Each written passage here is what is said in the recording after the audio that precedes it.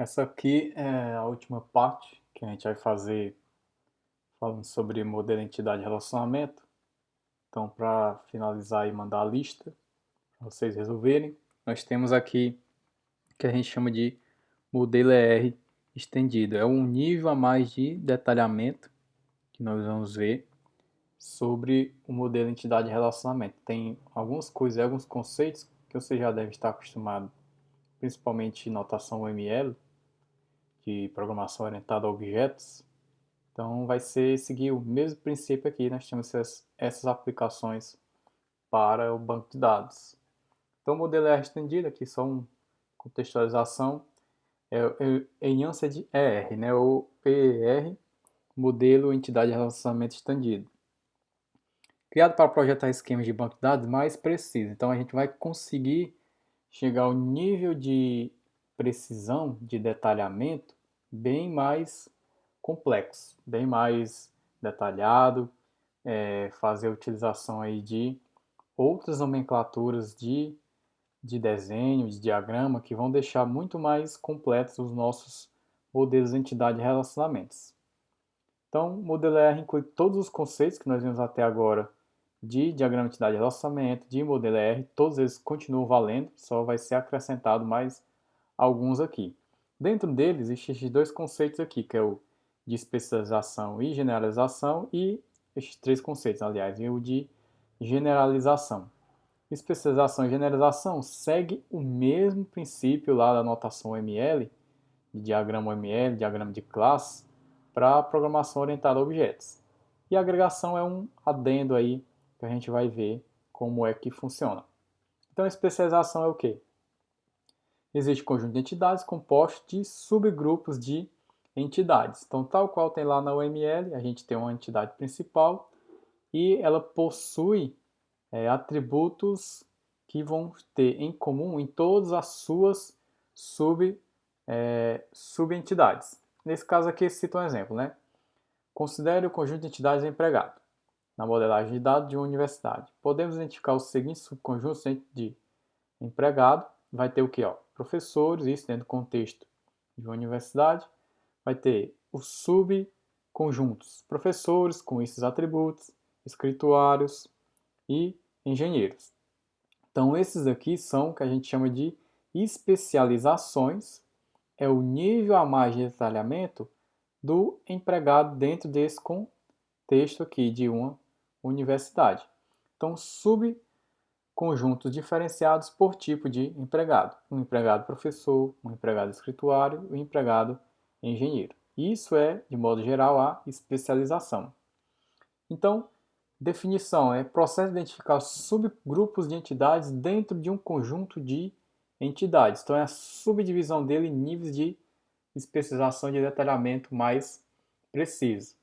Um único conjunto de entidades pode ser especializado por mais de uma característica de diferenciação ou especialização. Por exemplo, lá empregado é universidade.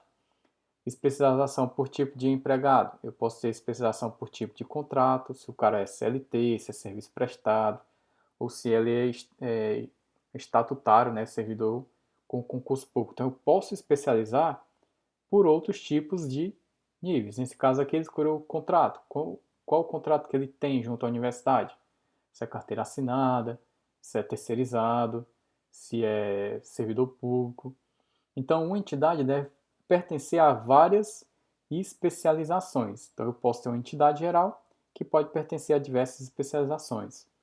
Subgrupos identificados em um processo de especialização podem participar de relacionamentos que não se aplicam a todas as entidades do conjunto de entidade de origem. Ou seja, se eu tenho lá aqui o professor, o escriturário, qualquer um destes, eles podem participar de outros relacionamentos que não dizem especificamente só sobre empregado. Eles podem ter outro tipo de relação em outro nível, desde que origine-se aqui de empregado. Mas não vai ser obrigatório eu restringir o relacionamento de professor com empregado, mas eu vou restringir de empregado com professor. Então, o professor pode ter outro nível aqui de relacionamento com outras entidades.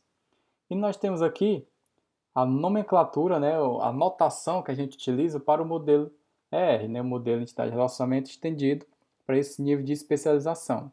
O que acontece? Nós temos que chamamos aqui a notação is-a. ou E1. O que é que ela quer dizer?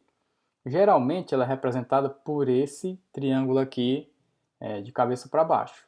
O que é que acontece? A notação ISE1 diz especificamente o quê? Você tem um nível de generalização, que nós vamos ver mais lá na frente, e temos um nível de especialização para cada uma das nossas entidades.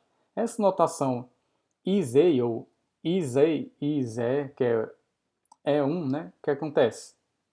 Ela diz o seguinte: empregado é um tipo de especialização, professor é um tipo de especialização de empregado, escriturário é um tipo de especialização de empregado, engenheiro é um tipo de especialização de empregado. São subníveis de empregado. Então, empregado é um professor, empregado é um escriturário, empregado é um engenheiro.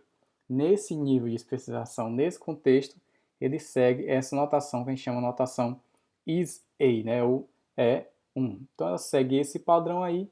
Dá para perceber que são especializações, né? São subdivisões de empregado que seguem esse padrão. E, tal qual se aplica lá na UML, existe o conceito de herança de propriedades. Todo empregado vai ter em comum, por exemplo, esses atributos: matrícula, data de nascimento, nome. Todos os empregados, independentemente de qual tipo que ele seja, desses três aqui, vão herdar esses três atributos. Então, todo professor, além de ter matrícula, data de nascimento e nome, vai ter qual o regime de trabalho dele, qual a titulação dele, a unidade de titulação, esse atributo era para estar bem aqui. O escriturário vai ter todos esses atributos, vai possuir ainda os atributos específicos, a utilização, a área de atuação. O engenheiro vai possuir a especialidade e os atributos que são comuns de empregado. Então, vai herdar todos esses subníveis aqui, essas especializações vão herdar esses atributos aqui de empregado. Então, a especialização é realizada sobre um único conjunto de entidades, identificar subgrupos, ênfase nas diferenças entre entidades de um mesmo subconjunto de entidade. Então, eu vou aqui ter vou ter destacado o que é que cada entidade tem de diferente em relação à entidade que foi herdada alguns atributos. Então, o que tem diferente aqui de professor em relação ao empregado? Bom, ele é um empregado, porém ele possui atributos que o distinguem, né? Atributos diferentes dos que foram inicialmente propostos para todos os empregados. Assim mesmo com os escriturários e os engenheiros. E a generalização, por fim, o que quer dizer? É identificação de conjuntos de entidades que possuem características em comum. Então, tal qual a gente tem lá, aqui em empregado, o que é que todo empregado tem em comum? Bom, todo empregado tem em comum matrícula, data de nascimento e nome. Então, aqui nós já temos o que a gente chama de generalização. Todo mundo que se encaixar em empregado vai ter essas características aqui, esses atributos. Então, formação de um único conjunto de entidades de mais alto nível é realizada sobre vários conjuntos de entidades.